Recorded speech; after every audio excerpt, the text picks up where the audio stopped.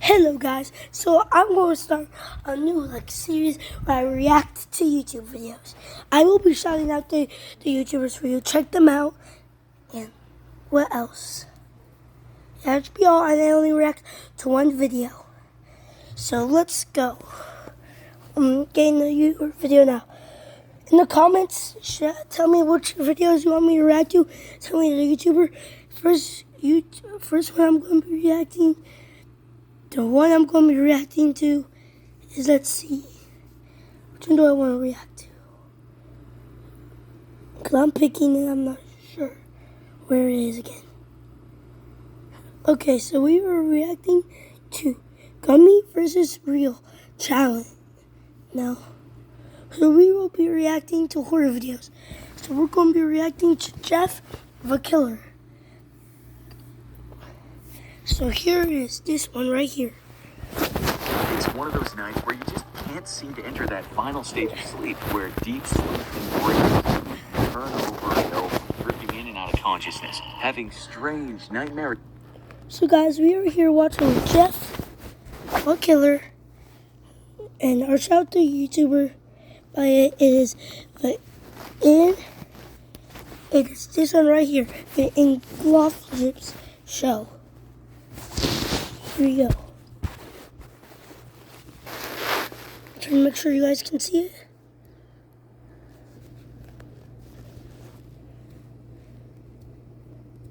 Thoughts during your micro. The day was oppressively hot and humid, so you left the window cracked to get a breeze, and now the curtains seem to expand and contract, like lungs filling with air.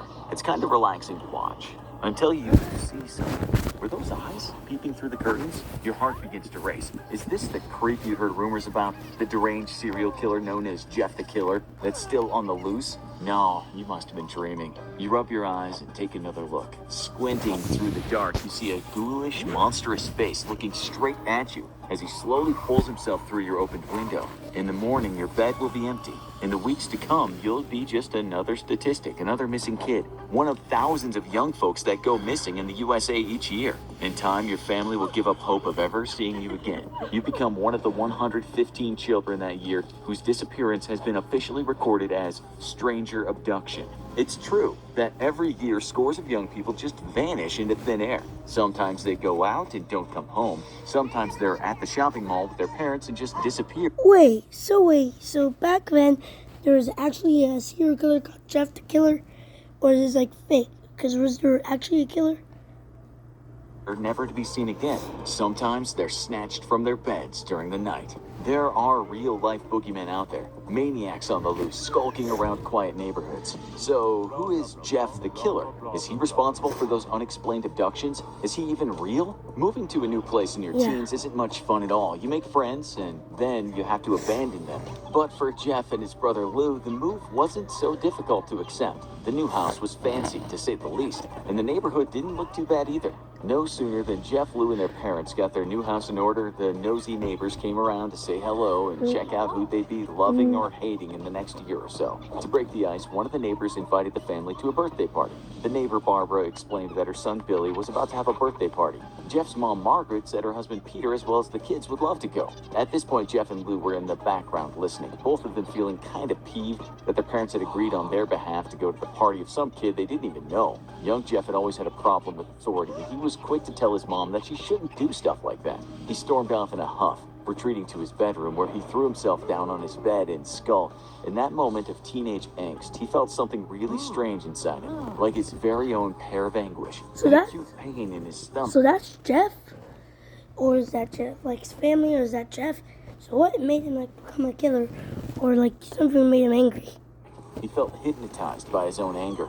How dare she do that, he thought. He then came out of his enraged trance, not really knowing what had come over him. Bro, so angry, his head really got red. He was hastily eating a bowl of multigrain peanut butter Cheerios. There was something in his stomach, this time a grinding pain, and there was that feeling of rage again. He didn't know if he liked it or not. Maybe it was just moving stress, anxiety about going to a new school, meeting new kids. Some of them were bound to be jerks, that was for sure. He realized he was gripping his spoon so hard his knuckles were white. He was trembling with anger.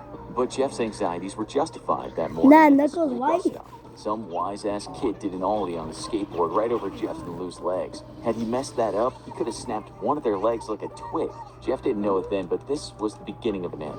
The skateboarder was soon joined by two other kids, and in true Stephen King fashion, there was one cool kid, a skateboarder, whose name was Randy, a nerdy-looking kid named Keith, and an obese kid whose name was Troy.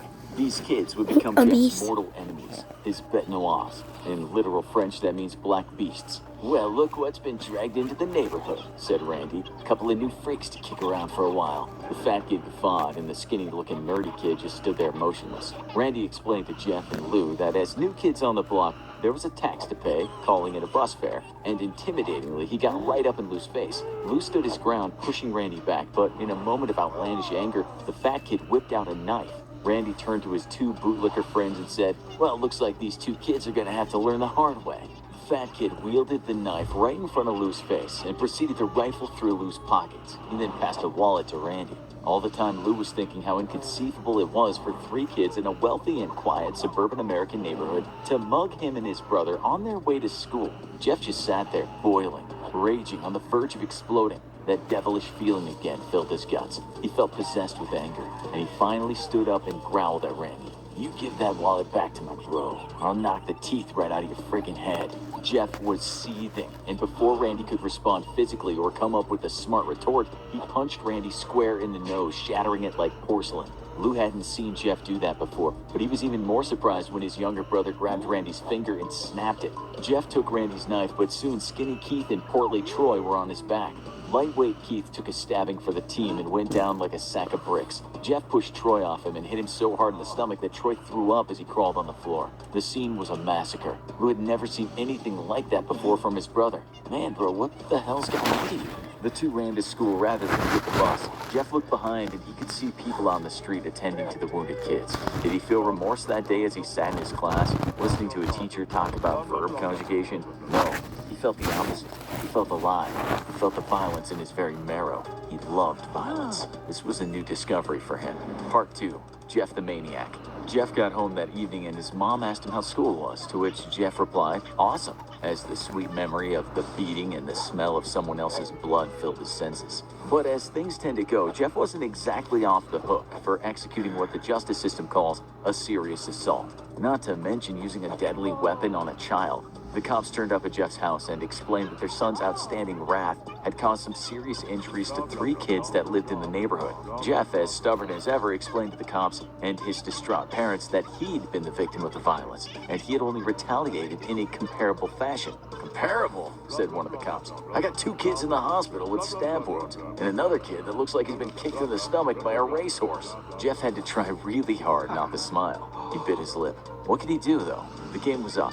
There were witnesses. There was forensic evidence. "Okay," Jeff said. "It was me, but I was only sticking up for my bro. Those guys pulled out the knife first. I just finished it." Jeff was already thinking about spending a year in what he heard was nicknamed Gladiator School when his brother Lou came rushing down the stairs. With the knife in his hands, Lou said, "It was me. Don't arrest my brother." Lou put down the knife and the cops cuffed him. All the while, Jeff was telling him that Lou was lying, that it was he who was at fault for the bus stop carnage. As his brother was taken away in the cop car, Jeff sat in the driveway weeping. What had he done? For days, Jeff stayed in his bed with the curtains closed. He couldn't go to school. He couldn't even sleep. He just lay in bed, depressed, feeling as if darkness had chosen him, abused him, manipulated him. After a few days, something unbelievable happened. His mom waltzed into his bedroom as if nothing had happened, as if she hadn't just lost a son to a brutal penal system, possibly for many years. She just whipped back the curtains and jovially exclaimed to Jeff, "Guess what day it is?" "What the?" thought Jeff. "Has this woman lost her mind?" "It's party day," said his mom. "You remember, before all that nonsense with the knives, we were invited to Billy's birthday bash." Jeff was rather displeased with his mom's patent lack of empathy. "Come on, Jeff," she said. "So your brother's gone for a while. Don't let that spoil an otherwise beautiful sunny day. You'll always be my beautiful son. Let's go have some fun." For some reason, Jeff didn't like being called beautiful. He noticed she'd really gone overboard with her clothes. She was dressed to impress, and this bugged him even more. When the family arrived at Barbara's house, Jeff noticed that all the adults were wearing fancy clothes. All of them. It seemed they were trying to impress each other. Some of them were noticeably drunk already, talking loudly about their many accomplishments and the wonderful, talented children they'd brought into the world. Go on in the yard and play with the other kids, Jeff's mom said. This would prove to be foolhardy, given Jeff's track record so far with kids in the neighborhood. And then it happened. Just as Jeff was starting to get along with the children, Randy, Keith, and Troy appeared, still looking a bit beaten up, but no doubt ready for another round with the new kid. Randy said, "You didn't think this was done, did you? It ain't done by a long way." Again, Jeff was reminded of countless teenage movies he'd seen. What ensued was a one-on-one with Randy and Jeff. Jeff headbutted Randy, Oh my breaking his God. recently fixed nose yet another time. This is the and blood craziest splattered video on I've the ever faces of seen. younger kids, Like, sending them how running does the around kid garden have like in same age hysterics. as those The other small kids? kid They're- froze, and as a He teddy could have bear killed dropped from his them. hands, you could see a wet patch form and The expand reason on I the like front this of because his I SpongeBob love shorts. violence too. Jeff got the better of Randy, but then the two goons pulled out their guns. This was unheard Gu- of in the neighborhood. Guns? Even some of the parents were now running into the distance, shouting, "Someone call Guns? 911." What Jeff goons? couldn't do anything with Oh, guns. those are And before he guns? knew it, Randy stabbed him Dude, with a why don't knife. you go over there and Troy pull out the gun and laughed go? like the goons they Like if were. that was me, I would have ran so fast, pull that gun from him, and go and killed them. And smashed it on Jeff's head. But Jeff didn't fight back. He took every punch, every kick. His face was dripping blood. A shard of glass was sticking out of his head. His stomach was punctured, but he didn't fight back. "Come on," said Randy. "Hit me. Fight back." Jeff just took more shots to the face, but he didn't retaliate. To try and light the fire again in Jeff, Randy shouted, "You're bro some dude's girl right now, and that's all because of me. Fight me." Part 3. Jeff snaps. And that was it. That was the final straw. Jeff felt that rage build up inside of him again. He lurched at Randy like a rabid lion. He pushed him down and smothered him with his incredible strength. Randy was helpless. Jeff drew back his fist and punched Randy right in the heart. A shocked look appeared on Randy's face, like he'd just seen the devil himself. He took one last breath, blood bubbled from his mouth, and he died there and then. The parents there still couldn't believe what they'd witnessed. There were children that had become feral, animalistic, bestial. Keith and Troy now turned their guns on Jeff. They fired and missed. Jeff ran up the stairs past the parents, now in a state of shock, their faces whiter than the new ceramic tiles on the kitchen floor. Now out of bullets, Troy and Keith pulled knives out on Jeff, but soon Jeff had his own weapon, a towel rack. He cracked Troy's balloon-sized head with the rack, knocking him clean out. Skinny Keith realized he was probably now out of his depth, but it was too late. There was nowhere to run. They were both in the bathroom fighting, and suddenly they hit a shelf and a bottle of bleach fell on them. Inexplicably, the bleach was open and the boys were both covered in the stuff. Keith screamed as the bleach burned his face, and that's when Jeff caved Keith's wiry face in with his handy towel rack. As Keith lay on the floor, not far from death, he smiled. "Funny, huh?" said Jeff, somewhat nonplussed, even though he was no stranger to strangeness. "Look at you," mumbled Keith through bloody, broken teeth. "You've been doused in bleach and vodka." Keith's last effort to beat that new kid was to throw a cigarette lighter at Jeff. Jeff burst into flames, and screaming, he ran downstairs and through the house. He was a ball of flames, a human inferno. Parents stood back in horror. Jeff collapsed, and that's the last thing he remembered about that day. Part 4. Jeff the Killer. The next thing Jeff knew, he was lying in a hospital bed and he couldn't move. Almost his entire body was covered with bandages. Suddenly he heard, "He's awake." It was that familiar voice of his overbearing mother, but this time he was pleased she was by his side. "Jeff," she said, "Lou is out. Witnesses told the police that Randy had first produced the knife. Your brother's free. We're going home, a family again." Jeff felt a twinge of relief, but it was hard to be happy when his body was covered in third, second, and first-degree burns. He tried to smile, and then he realized that he had no lips to smile with. His mother saw her son's pain. "Good news, though, Jeff. Every cloud has a silver..." She didn't finish her sentence, this time being self-aware enough not to be chirpy in a horrible situation. Sometime later, both Jeff's parents were there when his final bandage had to be pulled off.